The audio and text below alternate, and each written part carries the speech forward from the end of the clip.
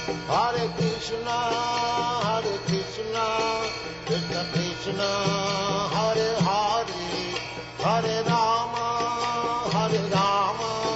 Rama Rama, Hare Hare. हरे कृष्णा।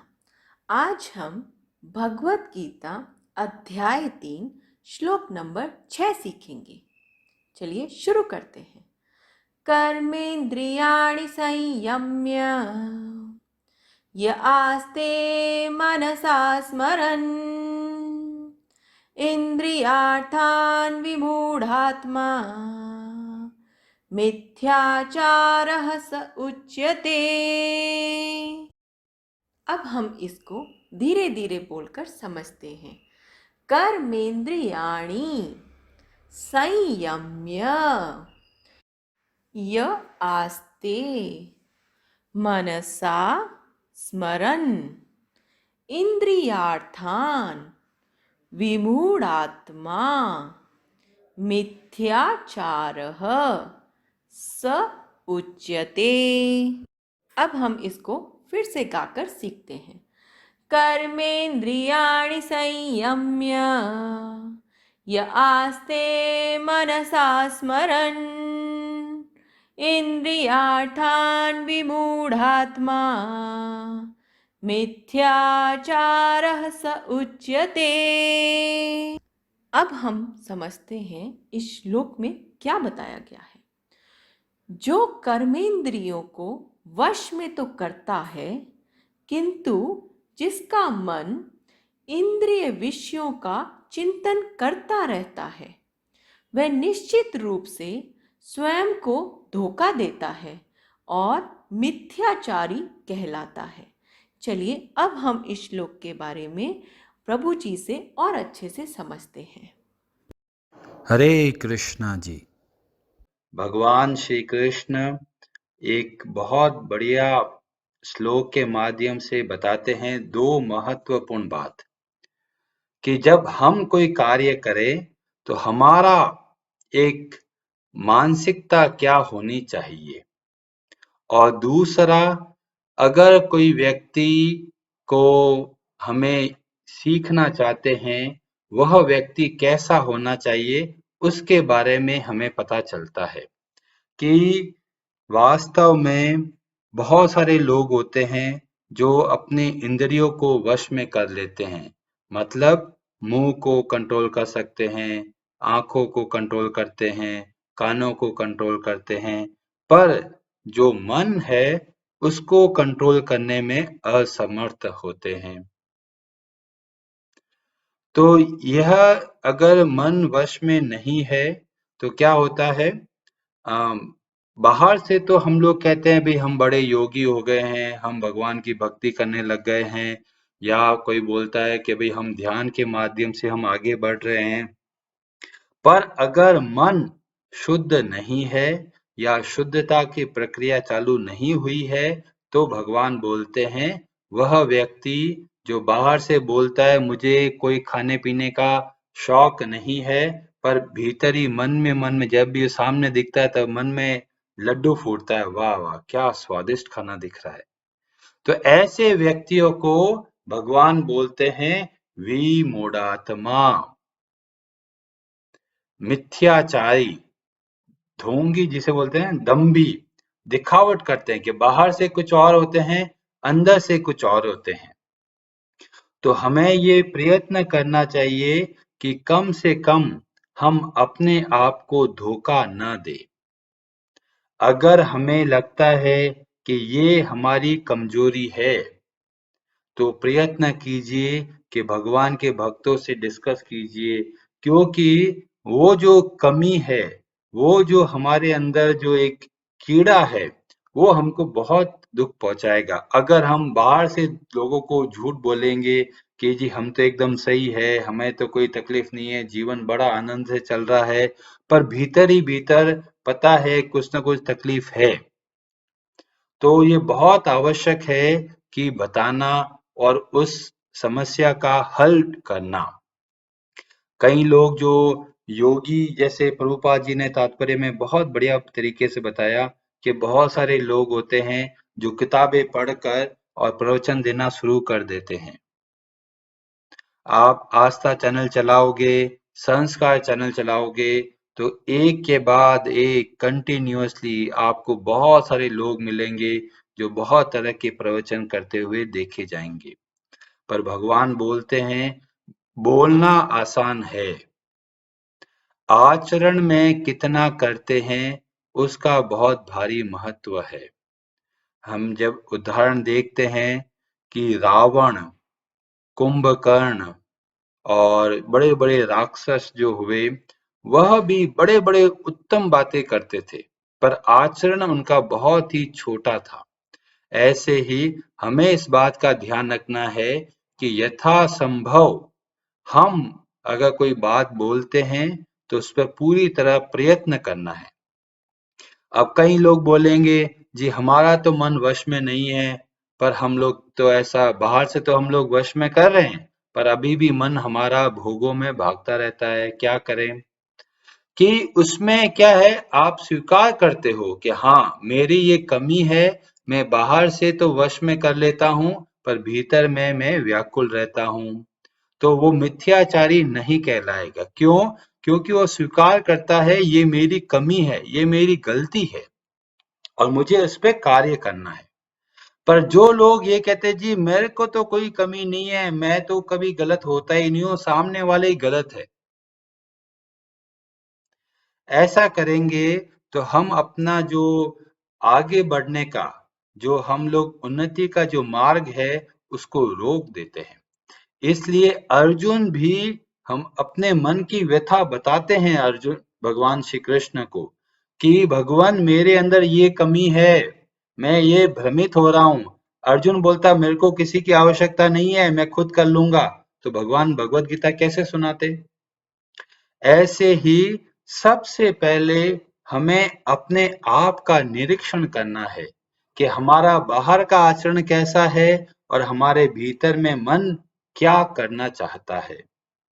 दोनों में तालमेल नहीं है तो कोई चिंता की बात नहीं है, पर यह है कि उसके लिए प्रयत्न कीजिए। कैसे प्रयत्न करें? भगवान ने भगवत गीता में बहुत अच्छे तरीके से बताया, मन मना भव, मन को मुझ में लगाओ। जब मन को भगवान में लगाते हैं तो मन स्वतः ही शुद्ध होता चला जाता है। भले ही अभी मन भाग रहा है विषयों के पीछे, इंद्रिय अर्थान, तो मन जब इंद्रियों के भोगों के विषय में सोच रहा है तो हमारा प्रयत्न होना चाहिए वहां से खींचकर भगवान की ओर लेके जाना। पर अभी मन बहुत चंचल है, जैसे ही भगवान की तरफ लेके जाते हैं थोड़े समय में वापस भाग जाता है, फिर खींच के लेके आना पड़ता है, तो ये बोलते हैं इसको ट्रेनिंग। और ऐसी ट्रेनिंग के लिए हमें एक भगवान के भक्त की बहुत आवश्यकता है। नहीं तो क्या होता है, हम अपने मन के घोड़े पे बैठे भागते रहते हैं, मन जहां बोलता है वहां चले जाते हैं।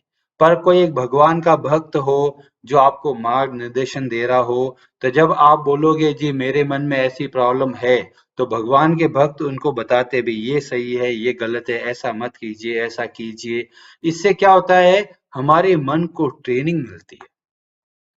इसलिए बहुत खतरनाक है वो लोग जो स्वयं अपने आप को गुरु की पद्धति दे देते हैं, जो कहते हैं कि भी मैं गुरु हूं और मेरे ऊपर कोई नहीं है।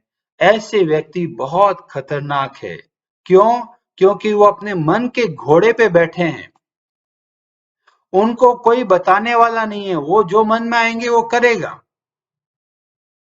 तो इसलिए बहुत आवश्यक है, जो कोई भी अपने आप को गुरु बोलता है वो पता कीजिए कि क्या वो कभी शिष्य रहा है।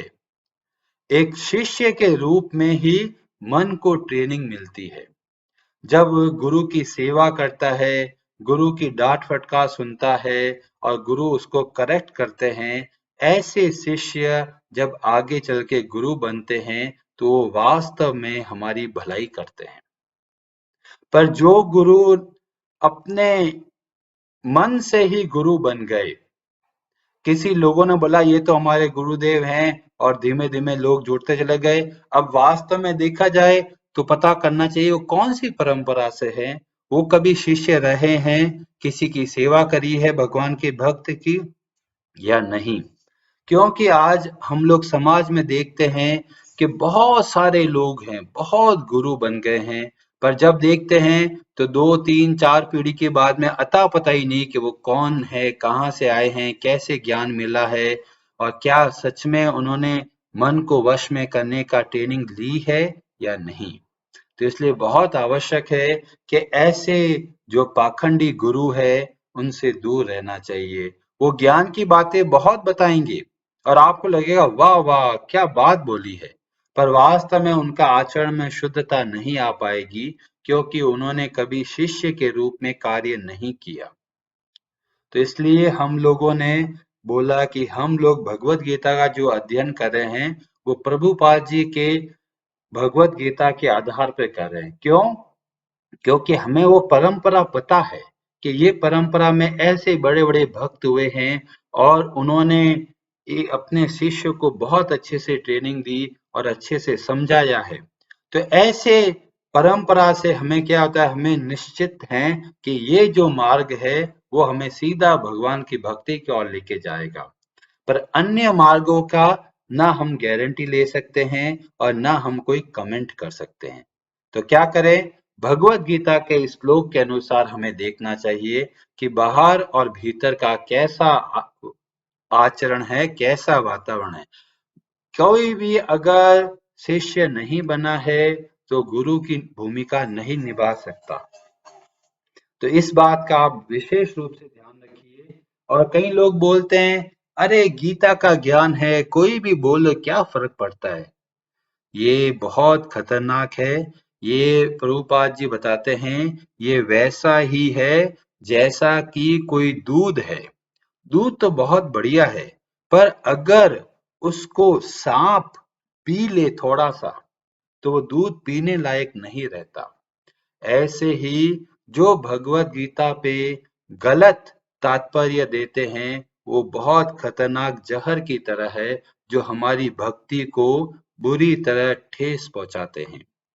इसलिए हमें बहुत आवश्यक है कि आप अन्य कोई और सोर्सों से जब पुस्तकें पढ़ें तो ये ध्यान रखिए कि वो कौन सी परंपरा से है और क्या उन्होंने प्रॉपर ट्रेनिंग ली है। अब कई लोग बोलेंगे जी हमें तो पता ही नहीं, कैसे पता चलता है? बहुत ही आसान है, उनकी शिक्षाओं का पता कीजिए कि वो क्या शिक्षा देते हैं, उसी से पता चल जाता है। जो स्वयं भक्ति का मार्ग अपनाते हैं और भक्ति का आचरण करते हैं और अन्य लोगों को भगवान की भक्ति के बारे में बताते हैं, जैसा कि श्रीमद् भागवत में बताया गया है, तो आप समझ लीजिए ये एक प्रामाणिक व्यक्ति है। इसके अलावा जो कोई है वो सब के सब अपने मन के घोड़े पे भाग रहे हैं और हम उनको फॉलो करेंगे तो जैसे उनका मन लेके जाएगा वैसे ही हम भी भटकते चले जाएंगे। और आप लोगों ने अनुभव किया होगा, बड़े बड़े योगी, बाबा जी, गुरु, ये सब समय के साथ में मन का भारी प्रभाव के वश में आकर गलत कार्य कर लेते हैं और फिर बाद में हमें न्यूज़ में मिलता है ये बाबा जी इस जेल में बैठे हैं, ये बाबा जी उस जेल में बैठे हैं। तो ये तो बहुत बात की बात है, पर क्या सिखाते हैं उसी से हमें पता चल जाता है कि ये एक प्रामाणिक व्यक्ति है या एक ढोंगी है। तो दूसरों को जिसको हम अनुसरण करना चाहते हैं उसको समझने के लिए ये श्लोक बहुत महत्वपूर्ण है। और दूसरा, हमारे जीवन में इसका एक विशेष महत्व है। हमें पता चलता है क्या हम मिथ्याचारी हैं या नहीं, क्या हम अपने आप को धोखा दे रहे हैं या नहीं। ये हमें खुद को जज करना है, कोई बाहर का आदमी नहीं बताएगा। क्यों? क्योंकि आपके मन में क्या चल रहा है केवल आप जानते हैं, और कौन जानता है? भगवान जानते हैं।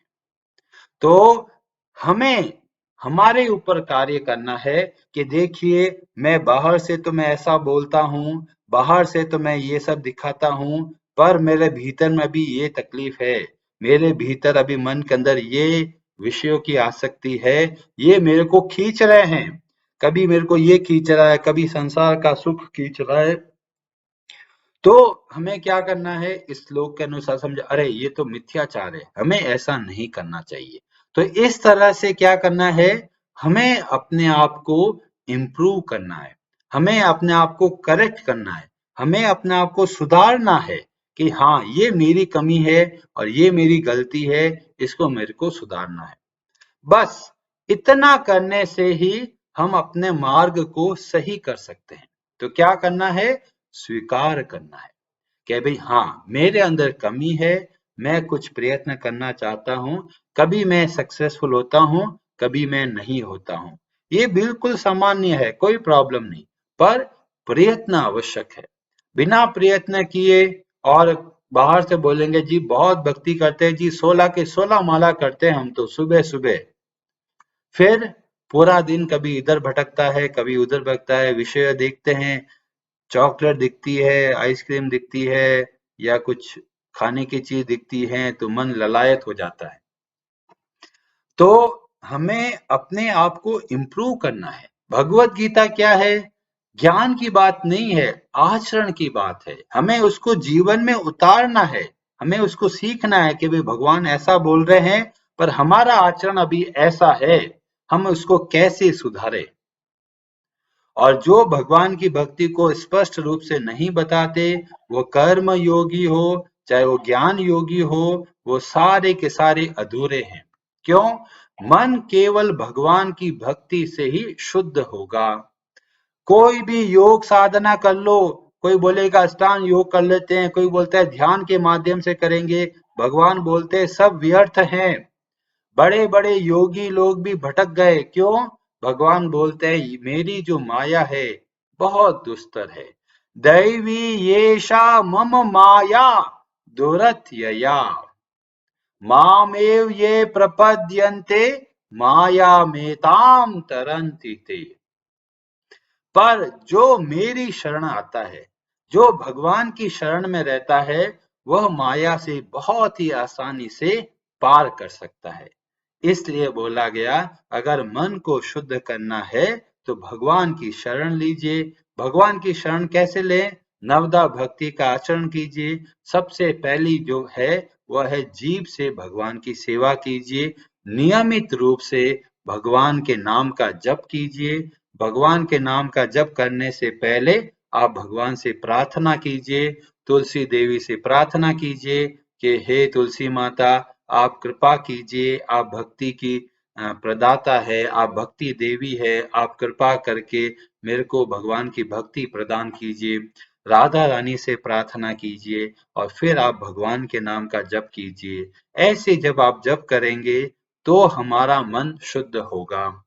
मन जितना शुद्ध होता चला जाएगा, हम चाहे वो कर्म योग का आचरण करें चाहे ज्ञान योग का आचरण करें, दोनों ही हमारे लिए उत्तम रास्ता दिखाएंगे। पर बहुत महत्वपूर्ण है, हमें अपने ऊपर कार्य करना है। ऐसा नहीं है ये श्लोक पड़ोसी के लिए बोला है, ये श्लोक हमारे अपने जीवन में सही करने का मार्ग बता रहा है कि जब भी हमें ऐसा लगे कि आगे पीछे है, बाहर कुछ और है मन में कुछ और है, और मन क्या कर रहा है, भोगों के पीछे भाग रहा है, इंद्रिय अर्थान, इंद्रिय के अर्थों में मतलब भोगों में भाग रहा है, तो हमें करेक्ट करना है। हरे कृष्णा जी।